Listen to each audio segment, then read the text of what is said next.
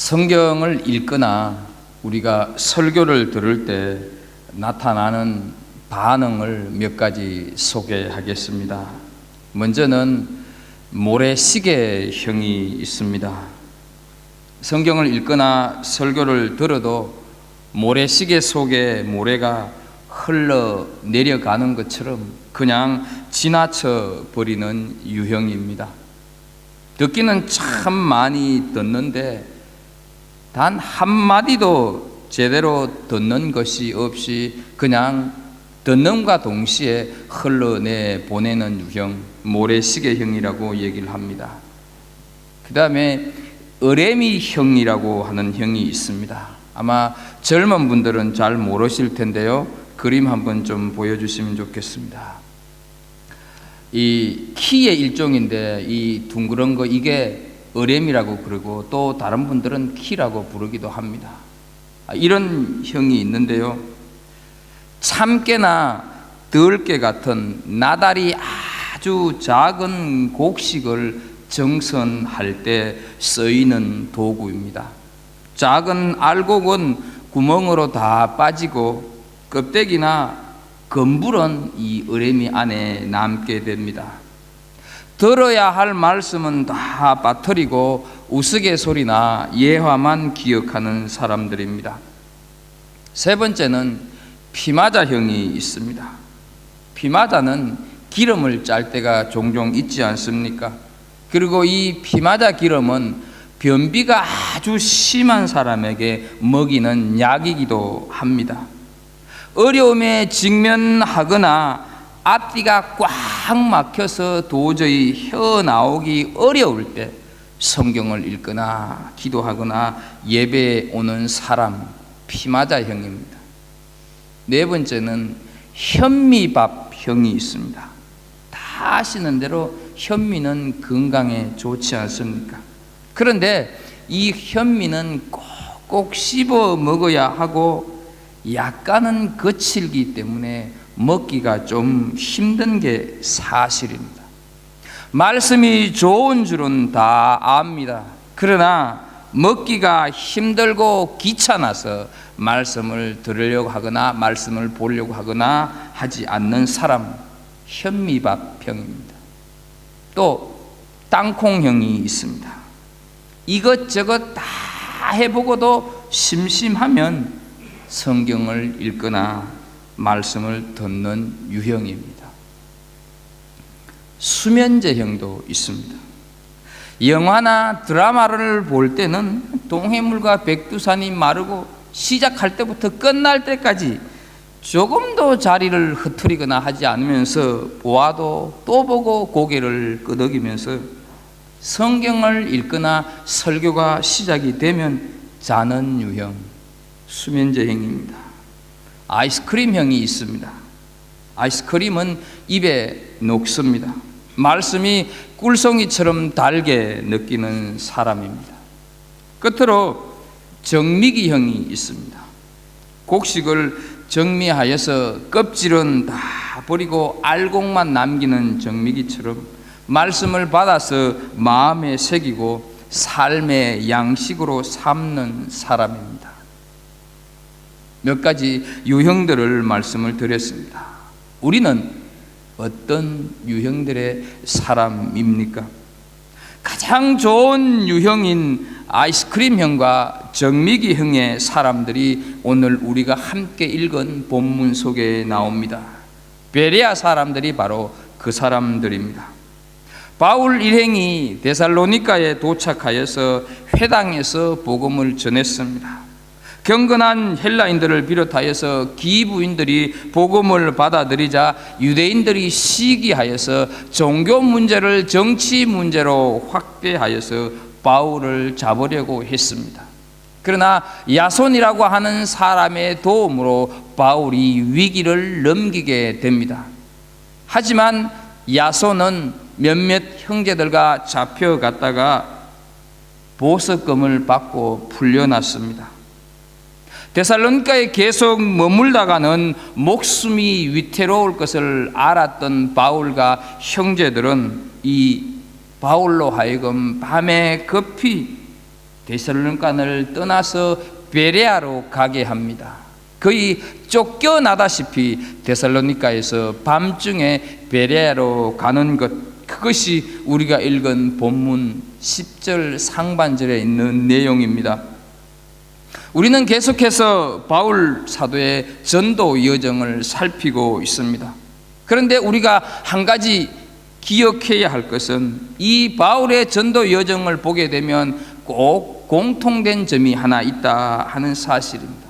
그것은 다른 것이 아니라 바울이 복음을 전하는 거의 모든 곳에서 핍박을 받았고 또 어느 곳에서는 죽다가 살아나기도 했습니다.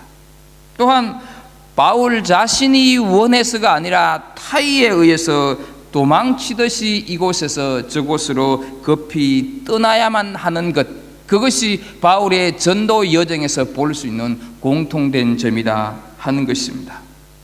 여러분, 이것을 어떻게 생각을 하십니까?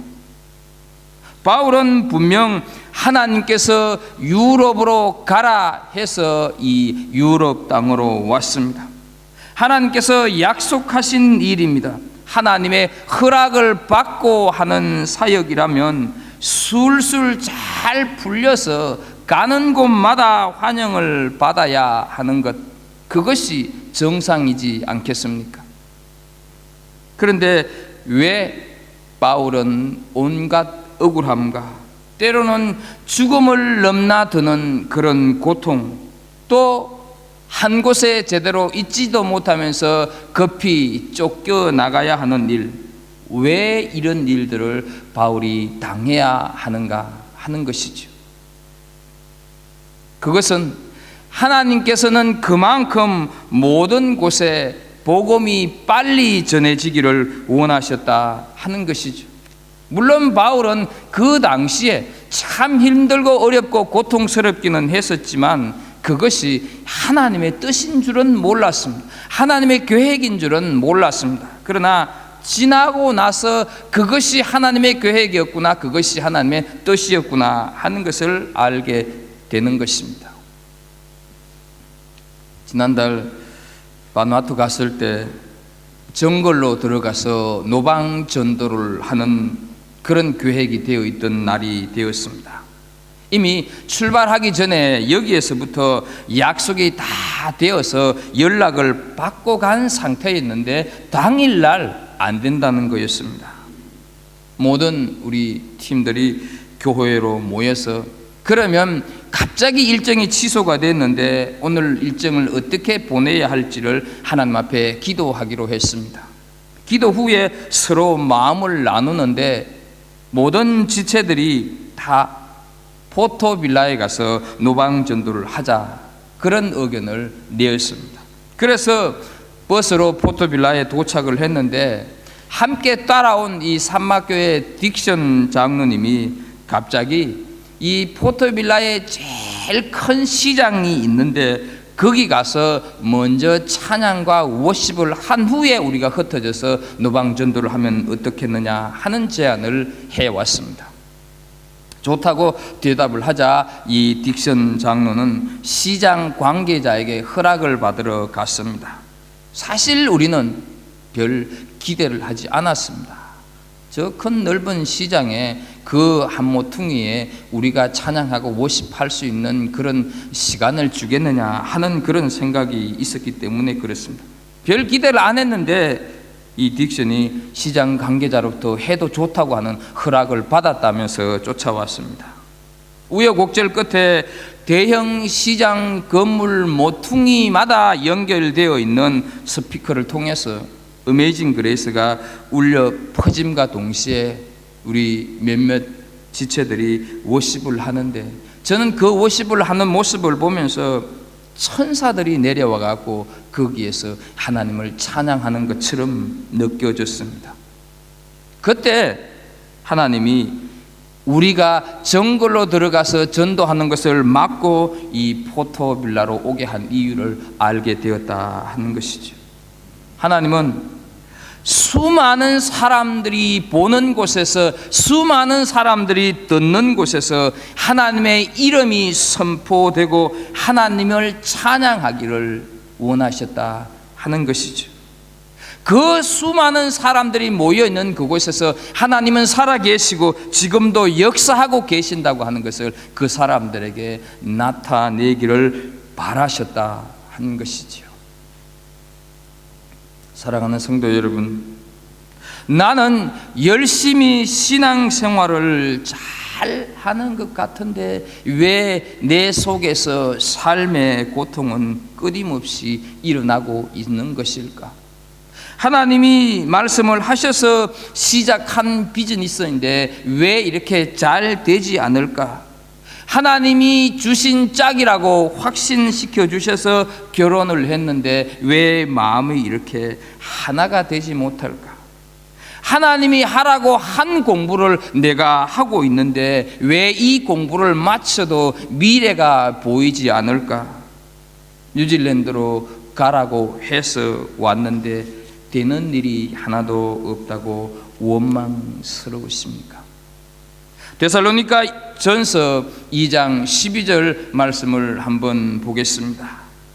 이 말씀을 세번역 성경으로 보면 우리는 여러분을 권면하고 격려하고 경고합니다마는 그것은 여러분을 부르셔서 당신의 나라와 영광에 이르게 하시는 하나님께 합당하게 살아가게 하려는 것입니다.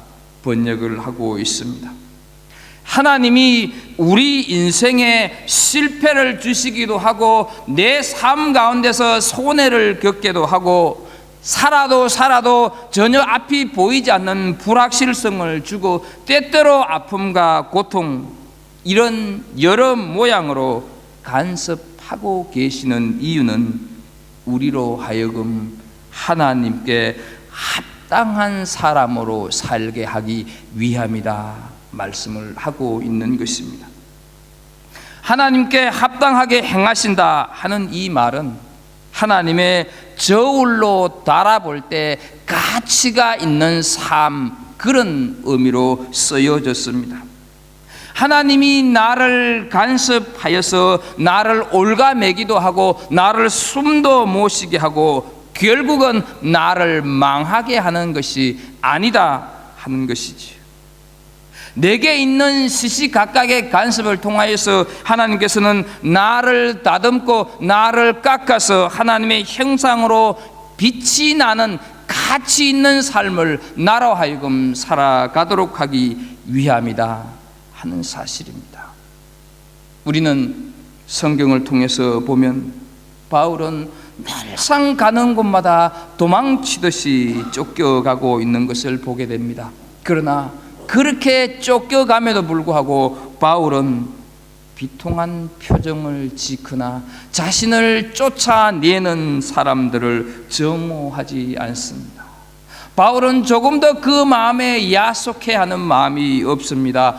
그 마음속에 허탈해하는 마음이 없습니다. 그 마음속에 하나님이 나에게 주신 약속을 결코 의심하지 않습니다. 왜 내게 이런 일이 닥칠까 실망스럽다. 정말로 이런 상황 속에서도 하나님이 살아계시는 것이 분명합니까? 이런 뉘앙스를 전혀 풍기지 않습니다. 어디로 가든지 자신에게 주어진 그 상황을 복음 전파의 기회로 선용했기 때문에 그리스도 땅에 하나님의 복음이 다 전해지기를 원했던 하나님의 뜻을 이루고 있는 것을 보게 됩니다. 쫓겨다니는 고통과 괴로움은 있었지만 그것이 복음 전파의 기회가 되고 복음을 전하는데 이 바울은 전심전력 몰두했기 때문에 자신에게 닥쳐온 그 어려움과 환난 그것 때문에 자기 연민에 빠질 시간이 없었다 하는 것이죠. 오히려 바울은 골로새서 1장 24절 말씀을 보게 되면 나는 이제 너희를 위하여 받는 괴로움을 기뻐하고 그리스도의 남은 고난을 그의 몸된 교회를 위하여 내 육체에 채우느라 이렇게 고백하고 있습니다. 사랑하는 성도 여러분, 내게 닥치는 어려움과 환난 그것이 결코 나를 궁지로 몰아세우는데 하나님의 목적이 있는 것이 아닌 나를 가치 있는 삶으로 살아가도록 만들어가는 과정 속에 있음을 믿으시기를 주의 이름으로 축복합니다. 여러분, 진짜로 말이 안 되는 것처럼 보이는 말인데요, 하나님을 믿는다고 하는 성도들에게 가장 어려운 것이 무엇이라고 생각되십니까?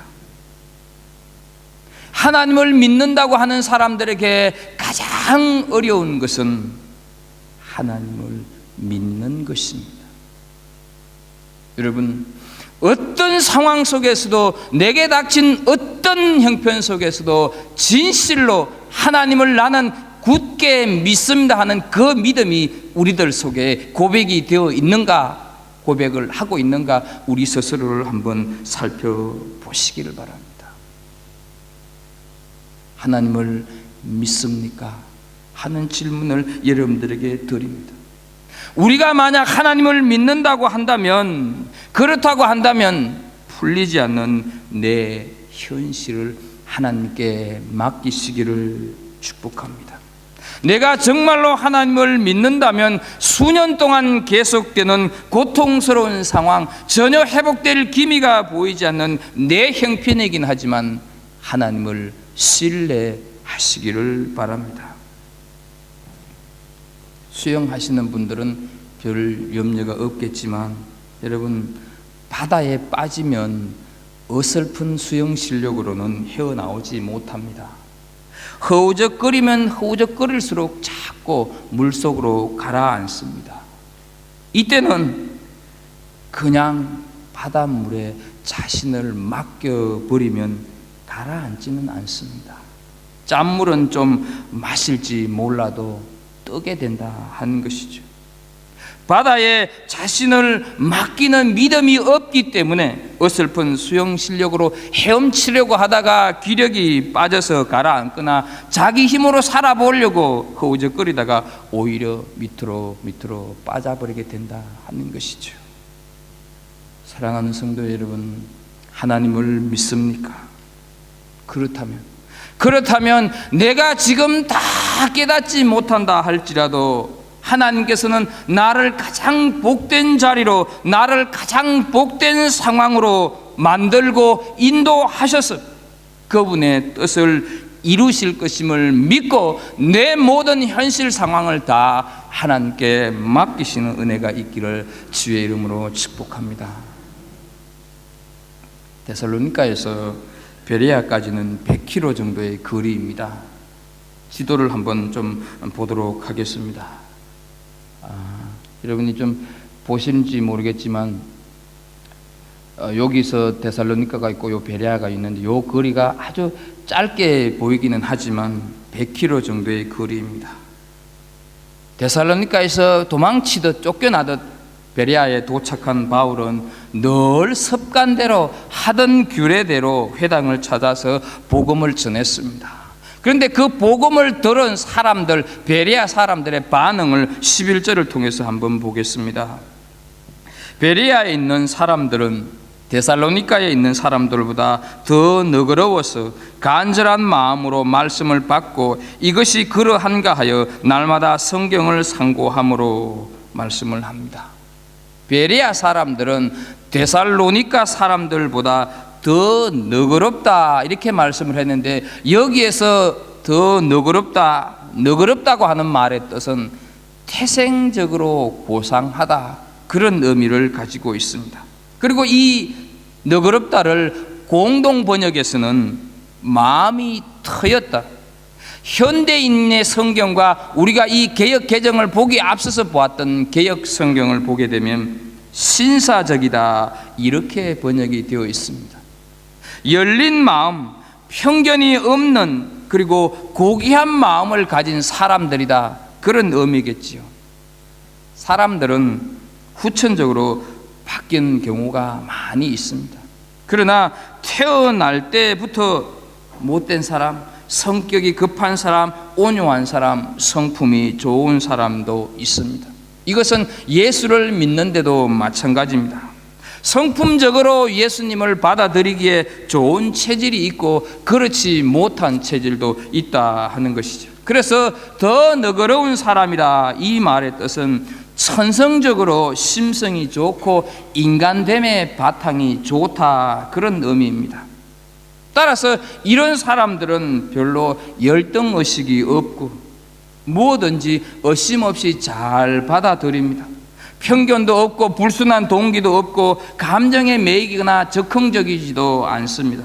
스스로 판단하고 남이 하라고 하는 대로 따르기보다는 혼자서 잘 일들을 하는 사람들입니다. 그런데 이 너그러운 사람들이 성경 하나님의 말씀을 받았을 때 어떤 마음 자세로 받았는가 하는 것을 두 가지로 한번 살펴보도록 하겠습니다. 먼저 보게 되면 간절한 마음으로 말씀을 받았다 말씀을 하고 있습니다. 마음을 다해서 듣고 열성을 다해서 집중해서 설교를 들었다, 그런 의미지요.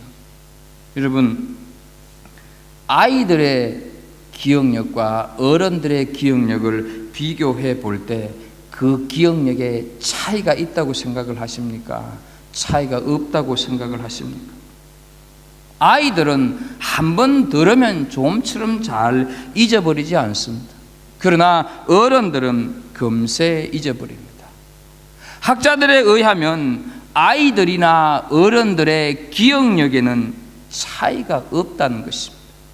다만 아이는 아는 것이 없기 때문에 무슨 말이든지 집중해서 받아들이고 그것을 그대로 받아들인다는 것입니다. 온 마음을 다해서 받아들이기 때문에 그것을 기억하는 데 비해서 어른들은 이미 들을 때부터 반밖에 안 듣는다는 것입니다. 그리고 들으면서도 딴 생각을 한다는 것입니다. 공부를 잘하고 못하고도 얼마나 집중해서 듣느냐, 그 훈련이 잘 되어 있느냐에 따라서 달라지는 것입니다. 집중해야 졸질 않고, 듣기 싫으니까 딴 생각이 나고 그러니 졸릴 수밖에 없다 하는 것이죠. 어떤 성도가 설교 시간에 졸았습니다. 목사님이 졸지 마세요 이렇게 얘기를 했더니 그 성도가 말을 합니다. 목사님, 저 안 졸았어요. 그냥 잠시 하나님 만나고 왔어요. 이런 얘기를 했습니다. 그러자 목사님이 다시 말을 합니다. 집사님, 그렇습니까? 나도 조금 전에 하나님 만나고 왔는데 집사님 거기 안 오셨다고 하던데요. 이렇게 얘기를 했다는 것입니다. 여러분, 가끔씩 이런 생각 하시지 않습니까? 휴가를 가거나 연말이 되면 이제 며칠만 후회 없이 놀고 열심히 일을 해야 되지, 공부를 해야 되지, 새해에는 좀 성경도 읽고 기도 생활도 좀 새롭게 해야지, 이런 결심을 하지 않습니까? 그래서 휴가를 가고 열심히 놀다 옵니다. 그런데 휴가를 가서 정신없이 놀고 와서 이제 쉴 만큼 쉬었고 놀 만큼 놀았으니까 일상으로 돌아가서 내가 놀러 가기 전에 했던 그 결심을 실천해야지, 이렇게 생각한다고 해서 그 실천이 잘 됩니까? 책상에 앉으면 공부가 잘 되고 출근하면 일이 잘 됩니까? 잘 안 됩니다. 왜냐하면 놀던 생각, 가서 먹던 생각들이 뱅뱅뱅 돌고 있는데 경건 생활이나 이런저런 것에 집중이 되지 않는다는 것이죠. 우리 흔히 월요병이라고 하는 말을 합니다. 월요병이라고 하는 것이 달리 월요병이 아닙니다. 너무 피곤해서 무기력한 것, 그것이 월요병이 아닙니다. 주말을 너무 즐겁게 지내는데 집중했기 때문에 아직 그 여운에서 헤어나오지 못해서 그렇습니다. 일을 하고 공부를 하고 무엇을 하는데도 훈련이 필요하고 금세 내가 한다 이렇게 해서 되어지는 것이 아니라 조금씩 훈련이 필요하다 하는 것이죠. 이것은 말씀을 듣는데도 마찬가지입니다. 늘 들어서 버릇이 되고 습관이 되면 잘 듣습니다. 이미 집중이 되어 있고 훈련이 되어 있기 때문에 그렇습니다. 베레아 사람들은 말씀을 간절한 마음으로 받았습니다. 이것이 우리가 배워야 할 자세입니다. 성경을 읽고 말씀을 받을 때 간절한 마음, 사모하는 마음으로 받으려는 준비가 되어 있을 때 그 말씀이 나에게 은혜로 다가오는 줄로 믿습니다. 그렇게 되어질 때 기대하면서 그 말씀을 받을 때 그 말씀은 나에게 능력으로 다가오게 된다 하는 것이죠. 우리 교회도 이런 장로님이 계십니다만 수원 성림교회 황현성 은퇴 장로님이 계십니다. 이분은 참 놀랍게도 6년 동안에 신구약 성경을 300독 하신 분입니다. 이분이 성경 읽기를 처음 시작한 것은 기독교인으로서, 그것도 장로라고 하는 직분을 가지고 있으면서도 성경 1독조차 못했다고 하는 그 부끄러움에 시작을 했다고 합니다. 1997년 위암 수술을 하고 기도하는 마음으로 성경을 읽는데 꼬박 2달 걸리니까 1독을 하게 되더라는 것입니다. 그런데 너무 무리해서 그런지 허리와 눈이 무리가 와서 그냥 성경을 멀리 해버렸다는 것이죠. 그러다가 2007년도 말 칠순을 앞두고 다시 도전하여서 올해 2013년도까지 신구약 성경 300독을 했다는 것입니다. 그것도 한쪽 눈으로 읽었습니다. 하루에 9시간씩 처음에 입으로 소리 내어서 읽으니까 2달 걸리더라는 것입니다. 그러다가 그냥 눈으로 읽기만 하니까 보름이면 한 번 하겠더라는 것입니다. 근데 이제는 집중하는 훈련이 되어 있어서 6일이면 1독을 한다는 것입니다. 이분이 말합니다. 성경을 마음껏 읽을 수 있는 것만으로도 감사해요. 위암 수술을 한 후에 2년 뒤에 눈에 암이 생겨서 이 왼쪽 안구를 다 드러내 버렸기 때문에 이제는 한쪽으로 성경을 본다는 것이죠. 그래서 한쪽으로 성경을 보다 보니까 두 쪽으로 성경을 볼 때보다 훨씬 더 피로감이 더 빨리 온다는 것이죠. 그래서 두 눈이 성할 때 성경을 많이 읽지 못한 것이 후회스러워요. 성경 읽는 것은 하나님이 남은 생에 제게 주신 사명 같아요. 성경은 곱씹고 또 곱씹으면 반드시 내 재산이 됩니다. 그러나 성경을 다독할수록 성경 지식을 많이 안다는 교만한 마음도 조심해야 합니다. 이렇게 말을 하고 있습니다. 하나님의 말씀을 잘 받았던 너그러운 사람들의 성경에 대한 태도 두 번째를 한번 보겠습니다. 역시 11절에 보게 되면 날마다 성경을 상고했다 말씀을 하고 있습니다. 한 번 듣고 그저 그대로 받아들이는 것이 아니라 날마다 반복했습니다. 한 번 듣고 다 끝났다, 다 아는 것처럼 여기지 않았다는 것이죠. 건성으로 듣고 잊어버리지 않았다 하는 것이죠. 간절한 마음으로 말씀을 받되 곰곰이 생각하면서 공부했다, 그런 의미입니다.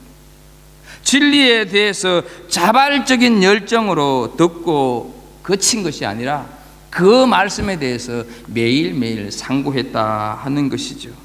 바울의 설교 내용이 성경의 내용과 일치하는지, 혹시 바울의 설교 내용이 성경에 위배되는 것은 아닌지 확인했다는 것입니다. 그래서 이 상고했다 하는 말은 확인하다, 연구하다, 그런 말을 뜻을 가지고 있습니다. 지난주에도 말씀을 드린 것처럼 베레아 사람들이 보았던 이 성경은 아직 신약 성경이 기록되기 전이었기 때문에 구약 성경이다 하는 것이죠.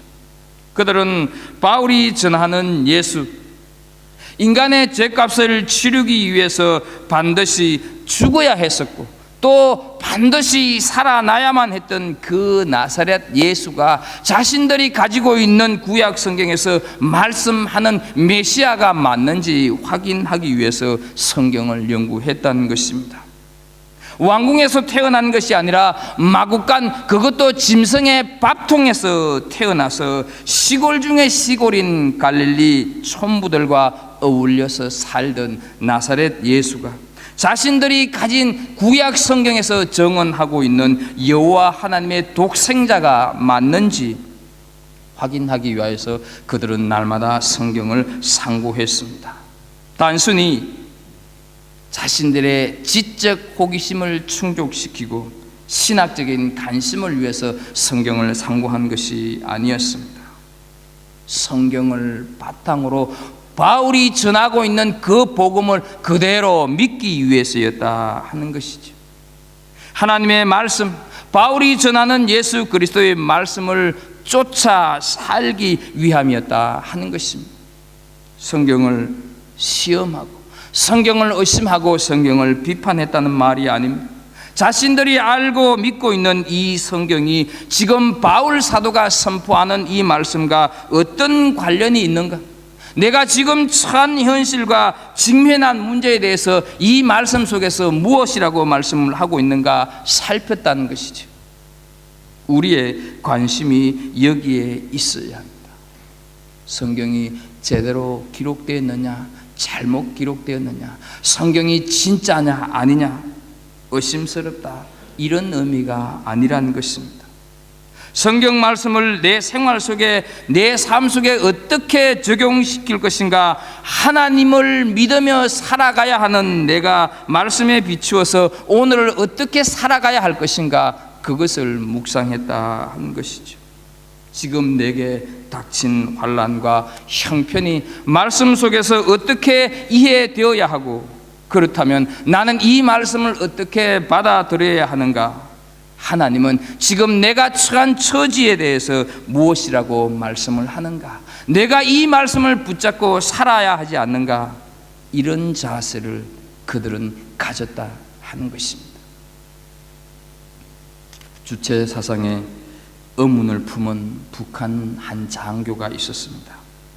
몰래 성경을 읽고 한국의 대북 방송을 들으면서 나도 복음을 전하는 사람이 되어야 되겠다 결심했습니다. 1998년 10월 탈북에 성공하여서 한국에 왔습니다. 한국 생활이 그렇게 녹록지는 않았지만 하나님을 의지하는 가운데서 신학교를 졸업하고 드디어 목사 안수를 받았습니다. 이 사람은 김일성 정치대학 정치경제학부를 졸업하고 북한군 평양시 방어사령부 조직부 정치장교로 복무하고 있었습니다. 그러다가 지금은 경기도 부천 창조교회에서 목회를 하고 있는 심주일 목사입니다. 그가 이런 말을 합니다. 나는 당간부로 30년 동안 북한에 몸담았지만 주체 사상은 오히려 내 삶의 의문을 품게 만들었고 당간부의 풍요로움도 만족을 주지 못했다. 주체 사상이라는 나의 세계관을 무너뜨린 것은 남한의 어느 선교단체가 전해준 한 권의 성경책이었습니다. 그러므로 북한 정권을 무너뜨릴 수 있는 것은 체제 전복보다는 예수 그리스도의 복음인 성경입니다. 이렇게 말을 했습니다. 데살로니가 사람들은 성경 속에 생명이 있고 성경 속에 구원과 영생이 있는 줄 알고 너그러운 마음으로 날마다 성경을 상고하고 날마다 성경을 연구했다 하는 것입니다. 1965년 미스 아메리카 선발대회에서 미스 아메리카로 뽑힌 벤 다이크 양이 그 왕관을 받아 쓰기 위해서 이 단상으로 올라올 때 손에 예쁜 성경책 하나를 들고 올라왔습니다. 사회자가 요즘은 미인의 장식품으로 성경이 사용되는 것은 처음 보는 일입니다. 이렇게 말을 했을 때 이 벤 다이크 양이 말을 했습니다. 이 성경은 장식품이 아닙니다. 이것은 예수 그리스도의 복음의 말씀입니다. 미스 아메리카가 되는 것보다 예수 그리스도의 복음이 더 중요하기 때문에 이 복음 성경을 들고 나왔습니다 라고 말을 했습니다. 성령의 은혜로 배우고 확신하는 일에 거하자. 이것이 우리 교회 올해의 표입니다. 우리는 성경을 얼마만큼 묵상하고 계십니까? 백화점 왕 워런 메이커에게 한 기자가 당신이 이제까지 한 투자 중에서 가장 잘한 투자는 무엇입니까? 물었을 때 그는 내가 12살 때 2달란트 50센트를 주고 산 성경, 이것입니다. 이것이 나의 가장 위대한 투자였습니다. 왜냐하면 내가 가난한 소년 시절 이 성경을 읽었었고 이 성경이 오늘 나를 만들었기 때문입니다. 대답을 했습니다. 사랑하는 성도 여러분, 시편 119편 105절 우리가 잘 아는 말씀대로 주의 말씀은 나를 안내하는 등불이며 내 길을 비춰주는 빛입니다. 현대인의 성경에서 말씀하고 있습니다. 내가 살아가는데 내 인생에 안내자가 있다고 한다면, 내가 살아가는 삶 가운데서 닥치는 캄캄한 현실 속에서 빛을 줄 수 있는 것이 있다고 한다면 우리는 그 안내자를 붙잡을 것이고 우리는 그 빛을 의지하지 않겠습니까? 바로 우리가 믿고 고백하는 이 성경, 이것이 우리 인생을 안내하고 내 삶의 캄캄함에 빛을 밝혀주는 그 성경이 되는 줄로 믿습니다. 말씀을 들을 때마다 아이스크림형, 정미기형 같은 그 더 너그러운 성도들이 되기를 예수 그리스도 이름으로 축복합니다. 기도하겠습니다. 하나님 아버지, 데살로니가 사람들은, 베레아 사람들은 데살로니가 사람들보다 더 너그러운 사람들이라서 하나님의 말씀을 간절한 마음으로 받고 상고했다고 말씀을 하셨습니다. 아버지, 우리에게 주신 이 성경, 어쩌면 우리는 이 성경이 너무 흔하기 때문에 귀하게 생각하지 않고 있는 줄로 생각이 됩니다. 하나님, 이제 이 말씀을 우리가 늘 가슴팍에 새기면서 이 말씀이 정말로 내 인생의 안내자가 되고 내 어려운 현실을 이겨나갈 수 있는 빛이 된다고 하는 고백을 할 수 있는, 그래서 말씀을 부여잡고 우리 남은 생애를 살아가는 하나님의 사람들 다 되게 하여 주옵소서. 예수님의 이름으로 기도합나이다. 아멘.